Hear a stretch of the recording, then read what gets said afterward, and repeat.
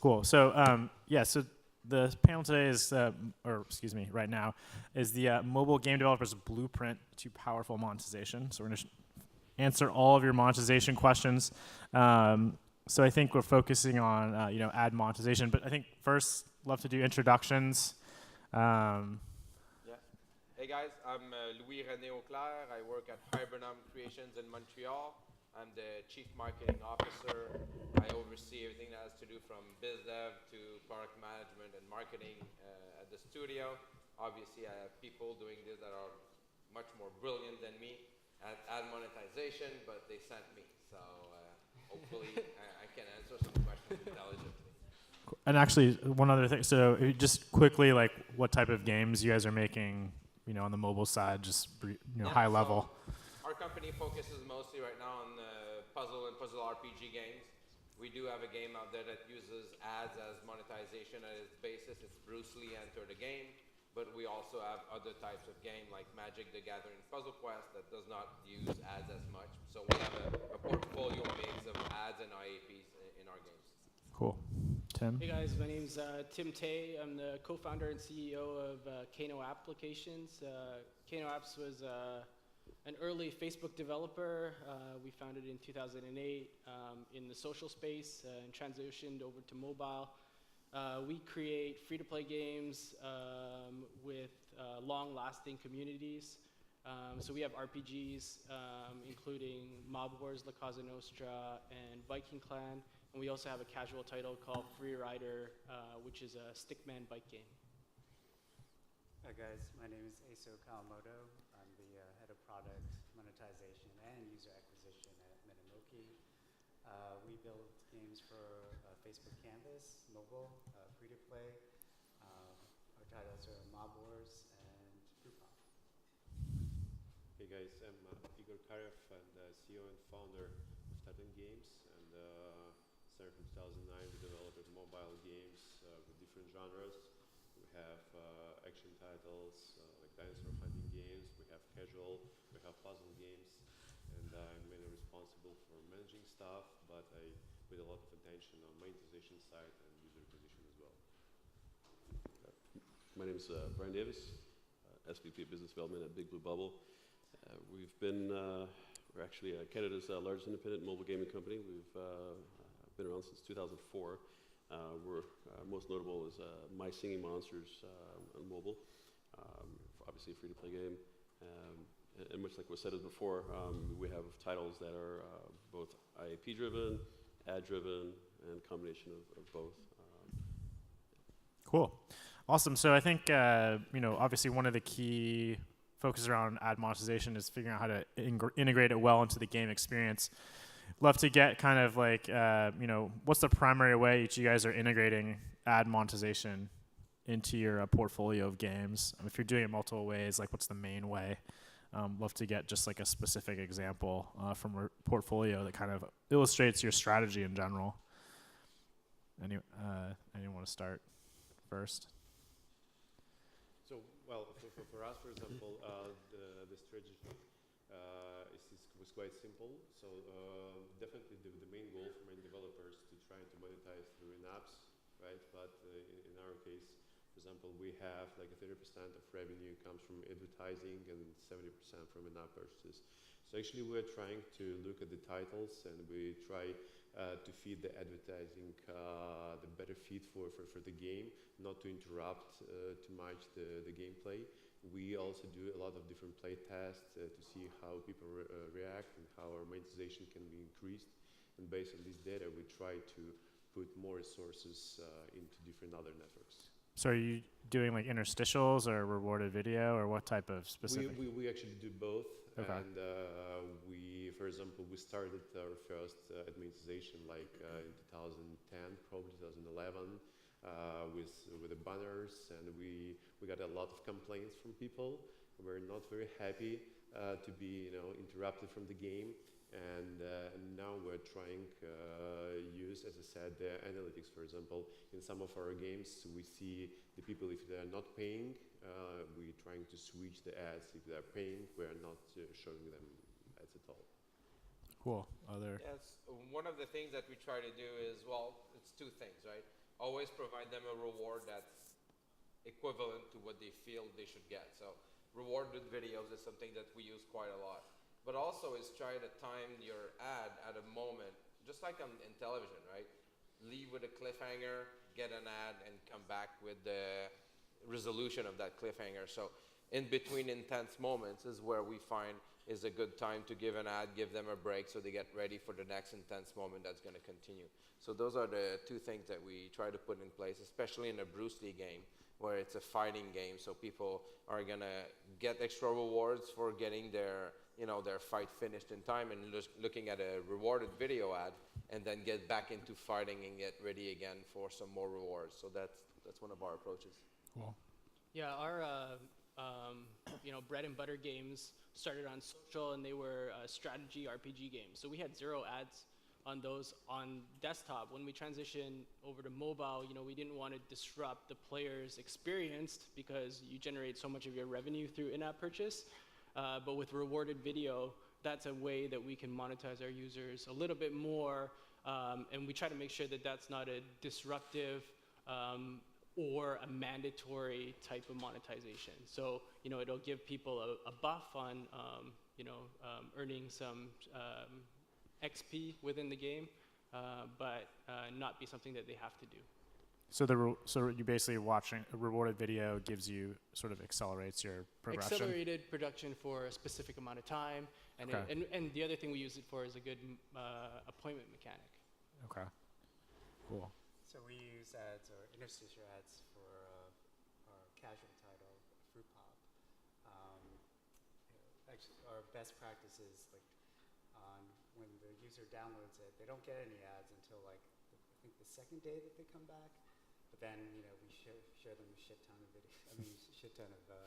interstitials and videos, and we get a whole bunch of users, and they don't seem to mind.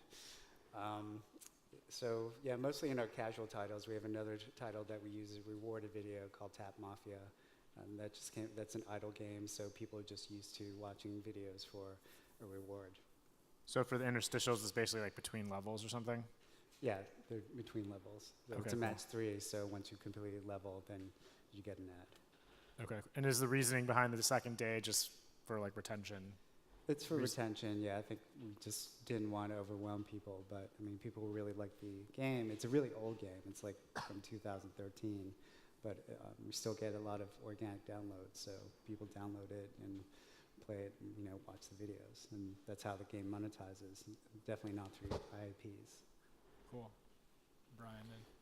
To answer your question, in terms of what ad units are using, we're doing rewarded video much like everyone else. We're doing skippable, non-skippable videos, static interstitials, and offer wall. But I think the main difference, what we do is we really clearly watch the user behavior, and we actually, at a certain point when a user is still a non-paying user, they haven't made an in-app purchase. That's when we start feeding them more and more ads.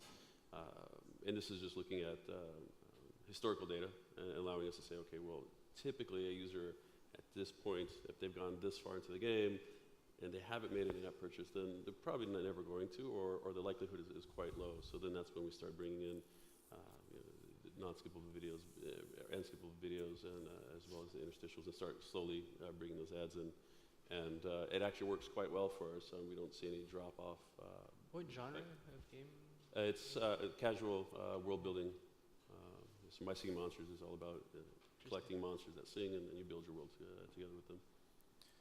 So is everyone kind of looking at the it sounds like everyone's pretty sophisticated here. So looking at retention as it relates to sort of showing ad units, things like this, seeing how they impact, retention, and trying to basically increase the amount of ad volume at a point where they know that the users are likely to spend. Are you guys all looking at retention and around advertising, or? Well, I guess ultimately retention is the most important KPI, regardless, right? If people leave your game, you can't make money off of them. So Right. I think retention should be your KPI that you look at the most, and look at what effects your tweaks in the game will create to retention. Personally, the company has tweaked multiple ads in multiple games, either our own or our partners, and I've yet to see a major impact on retention depending on how much you serve ads. In the past, it was true. when the games went from premium to free to play with ads, people got annoyed fast because they were used to no ads ever. And now people are getting used to ads. They're used to getting served ads to get a reward or to get an advancement in the game.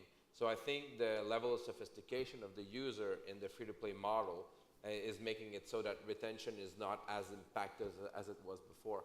But it's a stigma, right? We still feel that it is, so we're really worried about it, and we should always check it. But at the same time, I think people are expecting it, especially if you serve them properly. Okay. I think that's key, though, to serve them properly, right? You just can't be in the middle of a level or an action point and bam, and then an ad, right? Then it's just you can't just shoehorn it directly into the game. It also probably speaks to the quality of the ad unit, right? We're talking about like display. I mean, we've come a long way in not a huge amount of time. Like having like rewarded video, things like this, where it's opt-in, it's like a higher quality experience too, over the same time horizon. So obviously integrating ads into the experience is like really key. Is there any games out in the market that are not from your studio that you guys can point to that you're like, hey, these guys have done a really, really great job like integrating advertising into the game experience, making it kind of seamless and part of the gameplay? Any sort of cases that are top of mind to anyone that they'd like to share? Sure. I mean, I was coming from a mid-core studio called Spicy Horse, and we didn't like to put ads in our games because actually the team was afraid that we would just eat up into the IAPs. But like starting with Metamoki, we have an idle game, and so I played like Farm Away, Adventure Capitalist, Doomsday Clicker, and I was just really surprised that people just watch these ads for their bonuses, and so it's like a kind of a game mechanic that people just start watching the ad. They might just, I think I read a review saying like they just watch the ads, put it down. They don't even watch it. They come back and they get the reward. Yeah, I've heard the clicker idle game genre seems to like do very well with the advertising. Yeah. Any other examples, stuff people are seeing in the market that's top of mind, that's like pretty high quality? I would say that the example of like a Zynga's integration, so they have in their farming game, they have like a cinema, so it's like a cool stuff which is part of your game, and if you tap, you can just watch that. I mean, the integration where it's really natural. For example, in our game, it's like we have a gym club, right? And as a part of accessories, people like at the core, they can purchase for free the TV set. They can place just in the gym club. And sometimes we show that it's something for you. You can watch. So, yeah. One of Avbrick's last game, the latest game they released. I don't know if somebody knows the title. I just had a blank. I don't remember. I think it's No Man's Land or something like that. I don't know exactly the name. Does anybody know the name of the last Avbrick title? Anyone? No? Thank you. So somebody on my team was telling me they did a pretty cool integration where you have a character as a statue holding a TV, and you have to break the TV free as a gameplay mechanic to then be able to watch the ad. So no longer now people are just like pressing a button. They actually have to do a gameplay mechanic to watch the ad, and they do it. They get even more engaged, and they get even more revenue through it. So I wish I knew the title of the game and the exact mechanics. So yeah, that's awesome. But look at the latest Avbricks game. It's worth looking at for a great implementation. You'll probably remember sometime in the next 20 minutes. Just blurt it out. Yeah, exactly. Cool. Any other? No, cool. So it sounds like in terms of ad units, rewarded video, everyone seems to be using that. Interstitials, are folks using any other types of ad units or other stuff at this point? Well, I think if we talk about the monetization in ads, I think we need to think about the branding. So if you can look at the brands who's coming to the markets, I mean, if you can add some type of branding in the game, this is going to be also a big part of ad monetization. It's not like it's very typical like ad networks, but it can be a huge part. Cool. Yeah. I mean, we're using offers we're using Supersonic, Iron Source. They have a offers page. I mean, so does Tapjoy and TrialPay. So that's like another way to monetize. Cool. So in terms of different genres, so we talked about like strategy, we got casual, we got lots of sort of different genres. You guys have multiple sort of genres in your portfolio. Do you look at like integration or just ad monetization differently? Like how would you guys approach that for like mid-core? I mean, you talked about like mid-core seems to have less advertising versus like casual. How do you guys look at that when you have those different types of genres for those of you that do? Yeah, one thing that was interesting was, a lot of people, they look at non-monetizing IAP players, and then you guys are starting to show them ads at a certain point in time. For our games, our oldest game, our first game was put out in 2008. You can play across desktop and mobile. It was a game called Viking Clan. There's players there that have retained from month one and play daily today. And also, we have new monetizing players that show up through that 8-year period. So that's why, when we look at that in terms of like interstitial ads or pushing ads up in front of them, that's scary to us. And just to clarify too, for us, if a non-paying user, say, in 2 years to My Singing Monster, they suddenly make an ad purchase, then they're moved over to the paying bucket, and then the ads disappear. And disappear, yeah. So yeah, I mean, for us, we don't show any advertising except rewarded video to any of our strategy RPG players.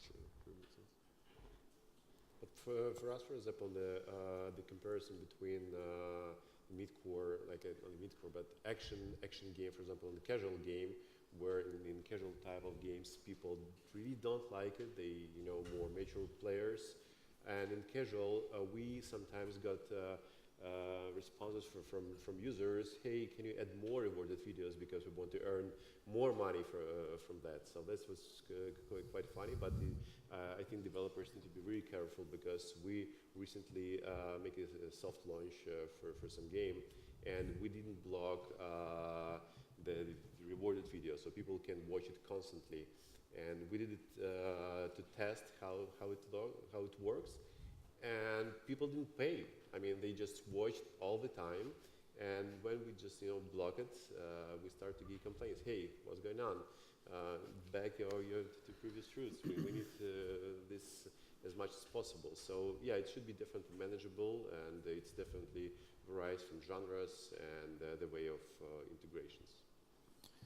And so for the group, we talked about this a little bit. So for users that monetize during that purchase, is everyone eliminating ads for those users like forever? Yeah. Have you guys anyone tested like if you can push it further and even make we haven't tested it. We remove ads almost categorically as the moment as somebody has done a purchase.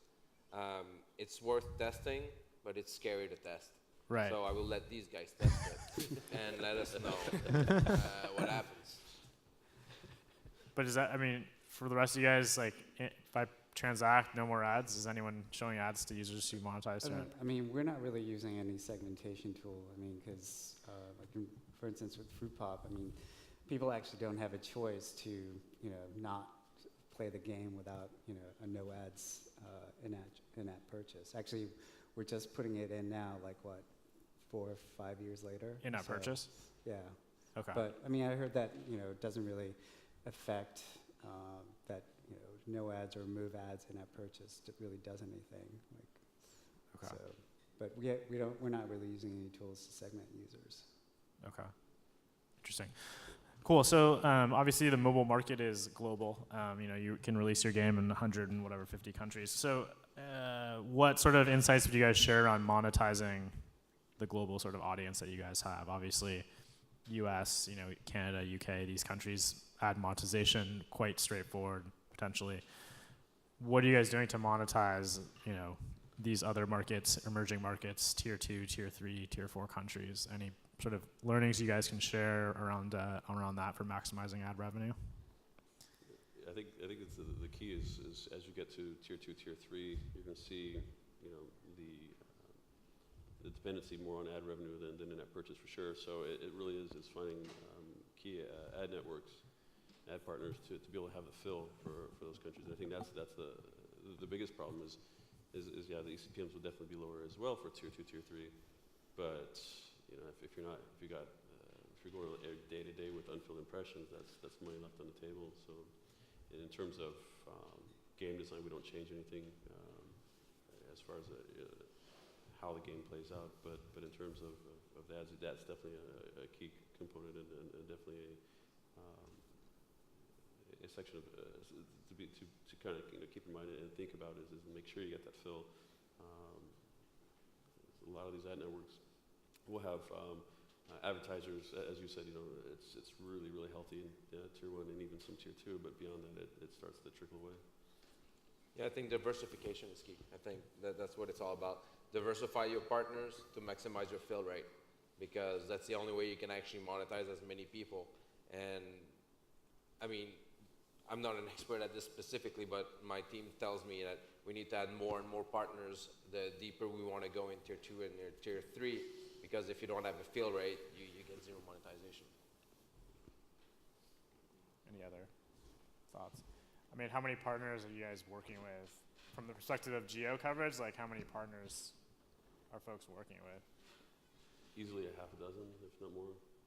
But it's, yeah, and that's constantly changing as we're always looking to optimize our ad revenue. So, yeah, we're working with something like 20 networks, even probably more. But I think in this case, mediation platforms really can help, because you can, you know, manage much more better in one place than to work with different places. So this is really helpful. Cool. Yeah, in terms of mediation, we've tested out at least 4, so like Appadeal's one, Fiber, Supersonic, Iron Source, and MoPub, and then various ad networks. So in terms of, we talked about retention, I mean, is there any sort of learnings you guys would share around sort of integration of the advertising into the user flow to sort of not impact retention the least? Have you guys done any testing around this? Any kind of learnings? I mean, for a casual game with like level base, it's a little bit more straightforward, but curious if there's any other learnings around the flow of like other genres and like best practice about where to insert ad monetization, or even like the rewarded video stuff, if it's you know, part of the game flow. Any learnings there from the other genres? Well, what I would say is I think it's a critical part of your soft launch strategy. Depending of the genre, depending of the game, depending of the users who are going to like your game, you need to be able to test that in soft launch. I have groups with and without ads, with ads on day 2, on day 3, ads with monetization, no monetization. It's very difficult to say per genre or per category. I mean, you see games like Dice and Yahtzee with Buddies that are ads driven 100%. They're everywhere, the ads. They're doing super well, and they don't seem to have issues on retention. Whereas you see another game that people showing ads on day 1 or in session 1, and people are going to churn out because it's not associated with a brand they like, right? So when you prepare for a launch and soft launch and you're ready to test KPIs like retention, like engagement, I think you should also test your ad revenue strategy during that soft launch, and be sure to figure out your best way to serving ads and keep on evolving from there. So it's not a straight answer, but it's a per game testing strategy, in my opinion. Yeah, I mean, in terms of like genre, like, you know, with casual games, I think, you know, ads are like a given. You just, you know, I don't think that type of audience really cares. Like with mid-core or core games, I think it's a little harder. Like, you know, I'd look at comps. You know, I mean, I know that Greed does a lot of, you know, ads in their games and rewarded videos. I just saw that game Legendary, which is a CCG. They have a rewarded video once you, I think, you fuse. It's like a bonus. So I don't know whether it's making any money, but, you know, it's interesting to look at. As you mentioned, in terms of soft launch, I think even once you're beyond soft launch, having a good analytics package baked in your game, so you can really kind of observe user behavior, I think that's is quite important too. And then that way you can actually start doing real-time testing in terms of when ads shown based on churn, and even playing with when are they first shown, how often, and really kind of observing the changes in user drop-off or user behavior at that point, and making sound decisions rather than just I think it should be here, or let's try this. I think it'd be better. And it takes the opinions and personal preference out of the equation, and just you're making decisions on solid data. So, in terms of like monetization, different solutions, if it's network, ad network mediation tools, like what are the key KPIs that you guys are looking at when you're sort of evaluating something new? Like we talked about fill rate, we talked obviously like CPM, like what are the sort of quantitative measures when you're testing or looking for something new that you're really looking at and evaluating on from a quantitative side? Well, I think it's kind of, you can talk about eCPM all day, but if there's no fill, it's kind of pointless too, right? It's a balance of high eCPM and 100% fill rate, or as close as you can get to 100%. And that's what you're always looking for, is make sure that each and every impression that's available is being filled, and you're getting the highest rate for it. And I think the quality of ads as well. It's kind of all of the above. I don't think it's one over the other, to be honest with you. Is there other metrics? I think the quality is, like in the conversion rate, is also very important, because you can show, let's say in interstitials, you can show a lot of irrelevant ads, and the fill rate will be really high, impressions, etc. But this is not your target audience. Let's say if you in a casual game, you show some CCG type of game. So we're trying to filter this as well, and trying to look at the conversion rates as well. Okay. Any other metrics folks are looking at? We track time to view. So, the moment the person or user opens up the app to when they see an ad, trying to make that shorter. Because I think the first view is just really important and probably going to make you the most money. Cool. Any sort of more qualitative stuff that you evaluate potential like monetization partners on, like integration, like complexity? Do you only work with companies that are referred by other developers that have a good reputation? Like any sort of more qualitative? Yeah, you can think about SDK size, right? That's huge. How much is that going to tax the executable? If you're going to look at a mediation partner, then it starts to get a little more attractive in terms of, hey, now we don't need an SDK for each and every ad network that we're showing to this mediation partner, but are we talking VAST, or are we talking some other means of getting that tracked and served? As you mentioned too, in latency, I think that's a huge issue with some ad networks as well. If you're trying to show an ad, what happens if that ad pops up and you're still caching that video, right? And how fast or how slow that network is, that can impact the user experience. So it's I would say it's a combination of it, and then on the back end too, it's how good is their dashboard? Do they even have a dashboard? Are they going to send you an Excel spreadsheet every day to show you performance? It's a reporting API. All those things. It really is. Again, sorry to say it's all of the above, but it truly is. It's if someone came to me and said, "Hey, integrate our SDK," it's 30 megs, and we don't have a dashboard, and the conversation would end pretty fast. So there's also COPA compliance, right? So you want to be ready just in case. So sometimes you have to make sure that your partner is going to have a COPA compliant SDK API and system. But yeah, I think you hit it right on the nail, right? You have to make sure that you don't eat all the space of your game with SDKs, and you need to make sure that you have access to data to actually take intelligent decisions on what you're going to be serving your clients. In our case, for example, all the platforms tell you, hey, guys, it's an integration, like 3 lines of code, a few hours of integration, but usually that's never like true. Never. And nobody counts the time of QA. Because it's a very weird situation when your game is very stable, but it can be just broken because of the integration of some ads. But all the platforms work quite well with the developers, with the support. So yeah, it can be really paining for this. Yeah, customer service is really important. I think we're going from one ad mediation partner to another because our account rep would never get back to us. We just had to fill out a JIRA ticket. We had to wait. And, wasn't very developer friendly. So in terms of like SDKs and like managing compatibility issues, like integration issues, like any best practices or learnings you guys can share around that for developers who might be newer to dealing with this area of complexity? Well, what I would say is plan really early on which partners you're going to use, which SDK you want to implement, and make sure your team knows that when they evaluate their sprints, their development, or whatever how you work, because there's always surprises.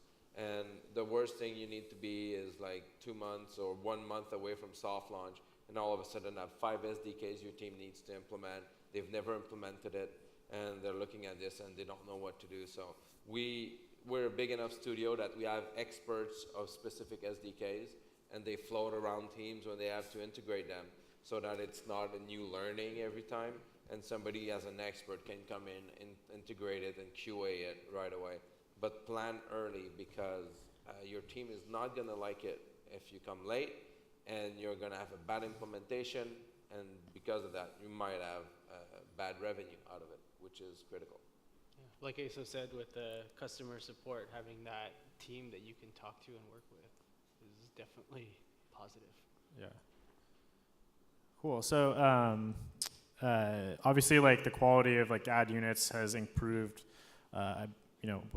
Assumption is obviously the revenue has improved. I mean, you see like something like Catch App that has like purely ad monetization. Do you think it's feasible these days to have games? I mean, this is a very difficult question to ask because it depends on your cost structure. But only ad-based games, is that a model? Like you guys have an ad-based game. I mean, is that a model that you think is feasible to pursue, or is it like more still incremental to your games business, and the focus is on like IAP only?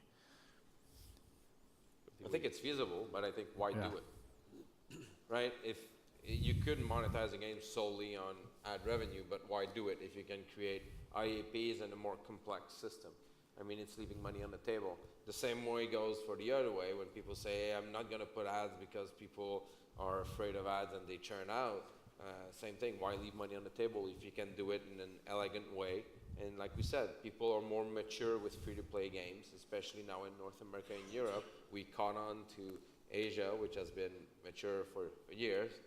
And I think we should not leave that money on the table, but it's feasible. Yeah, look at Catch App, right? They're doing it, but look at how many downloads they need to monetize. So that's key. If you think you can get as many downloads as Catch App, go ahead.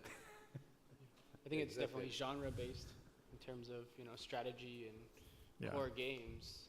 You don't need a really huge audience to generate a lot of revenue through IAP.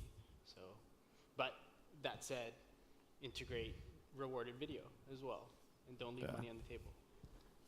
Yeah, I think the main barrier for to have revenue just from ads is the number of installs, number of your active users, because you just can rely only on that, and you cannot do any user acquisition because you cannot afford it if you just do video ads or even interstitial ads. So if you have featuring, if you have really great virality, and you're in the tops and your number of downloads are really high, that's possible, but it's about catch up. Yeah, I mean, as I said, it's a volume game at that point. If you're going to do ad-driven business model, you've got to have the numbers. Yeah. Not interesting to any of you guys, it seems like, which is fine. So in terms of like we talked about this a little bit when we were preparing, like these, a lot of the ad inventory is ads for other games, and some people have problems with this within their studio. They either see it as like lower quality experience or potentially like migrating users to other competitive games. Love to get kind of your guys' sort of feedback, the sort of perspective from your individual studios. It seems like it's not an issue for any of you guys. Have you tested that, or just reconciled that it's the revenue is more important than potentially any competitive issues? How do you look at that from an ad perspective? I think if you have a high retention rate, so for instance, My Sea Monsters, we were seeing some, even after 4 years of being on the market, we still see some really incredibly high retention rates. So it's never truly been much of a concern of ours, but from an ad revenue perspective, I would much prefer to show brand ads over other games ads simply because the brands are willing to pay a lot more than the average game company. So, but not to veer away from the topic, it's absolutely, it's for us it hasn't been a concern, but I think it depends on the kind of game and really, if you're in a saturated market, I can't think of one other world-building music game out there besides ours, so I'm not too overly concerned. But if we were doing a match 3 game, maybe, or we were doing some of these card battle games, I could see the potential of wanting to kind of stay away from that. Everyone else, not a For concern. us, for example, we did try to block the ads from our competitors, but during the launch of their title, the CPM for the title were really high, and we said, okay, let's just. So the money's there. The money win. Yeah. Okay. When I see a playable ad by Machine Zone, I'm like, awesome. Playable, yeah, playable ad. I know the CPMs are going to be high, so sure, take my users. Thank you, Machine Zone, for monetizing the industry. Yeah, Yeah. exactly. Get it while you can. Yes. Cool. So we have just a few more minutes here. Actually, I don't think we're ready to take questions. So are you incorporating like ad revenue into your looking at like LTV, things like this? How sophisticated are you getting for those of you looking at LTV around your user base, are you incorporating that ad revenue into it? How are you estimating that? Like, what's your kind of methodology? Well, for us, it's part of our P&L from the time we forecast our game in concept to all the iteration of the forecast. It's part of the P&L that we do per game, and we track that P&L compared to actuals. So yeah, it's part of our forecast. It's part of our LTV. It's part of everything. Okay. Yeah, I wish there were, tools out there, or at least, I think Sumila is one tool, but I think it's a little expensive for us. I also do UA, and I wish that I could, I do have to do the LTV by, hand and just figure out ads LTV or in-app purchases LTV. So, we're using AppsFlyer right now, but it doesn't, show you that return on ad spend, per that user acquired. So we're using a tool right now called Tension. It's kind of like still early, but it does track in a lot of ad revenue for our titles. Appadeal being one of the partners, so you can see that all in a dashboard, and what an ad purchase, ads LTV, and our spend. Cool. Yes, as you should, actually. Yeah. So. I think there's definitely a gap in the technology to like attribute like more specifically like ad revenue per user, but hopefully some of the tools will get there to be able to do that more exactly. So questions as we wrap up here. We have time for a couple if there are any. I got 1, 2 down here. Hey guys. Has anyone cracked the code of getting like possible subscriptions based on their games? Like say not show ads if they have subscription, or buy X amount of coins? So Could you repeat the question, please? So I think subscription. So if like how Apple has subscriptions now for their apps. So if you want to, is that available $2 yet? a month, you can get free media or free stories a month, whatever themes, whatever it is. I don't think Has that's. that been done for games yet?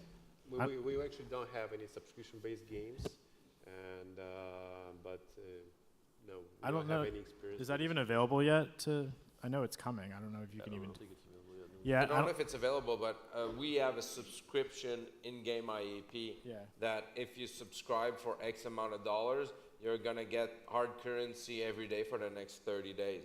So as you come back in the app, you get a message, a mail in the system, and then you click on it and you get your present. So it's an IAP we created to actually get people to improve retention, and the value they get out of those 30 days of coming back is much greater if they would have just had the one-time purchase.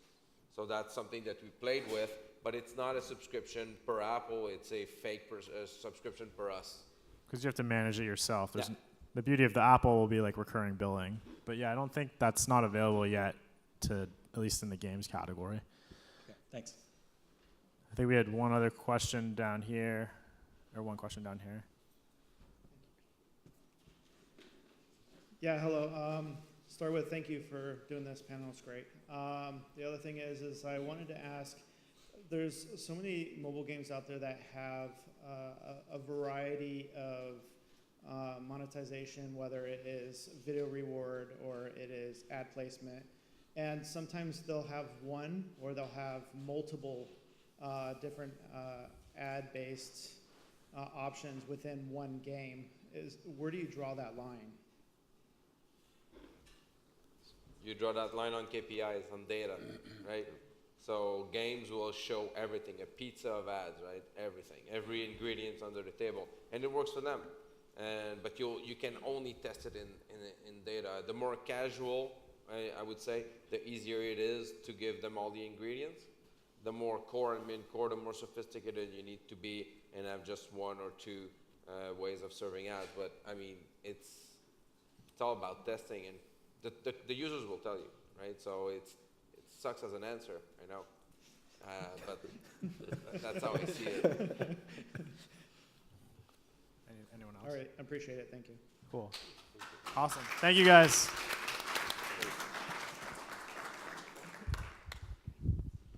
All right, so thank you.